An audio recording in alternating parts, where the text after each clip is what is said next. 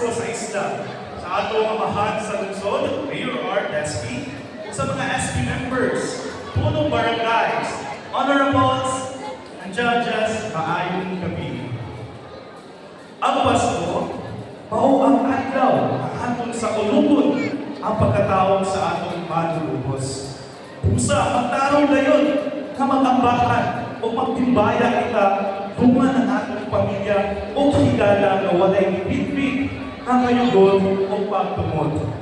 Kaya kini daw, susama sa usa ka uma nga magbungakon lamang kung mawala ang mga natutong sa pagsipol sa mga panalong susama sa unahon o kanting na bato. Kaming mga taga-Muhon, nagatuo na nakiinagilon ang Pasko sa isla sa Bantayan. Kaya bisan pa man sa kalayo, gipaningkabutan ngayon nato na kita magkapundok at daing na ngayon ang kasadya kung kita kung pito nga tanan. Bisan sa simple, nagiandam sa labisa, mas mulamig kini kung sawaan na puno sa gugma. Kagbisan pa man naman ang atong padawat, magpasalamat ay ang Pasko, di man palawanay, kundi diwa man kini sa hinatagay o pag-inahalay.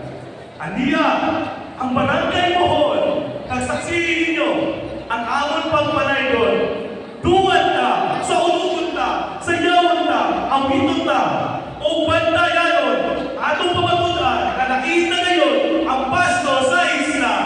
Ladies and gentlemen,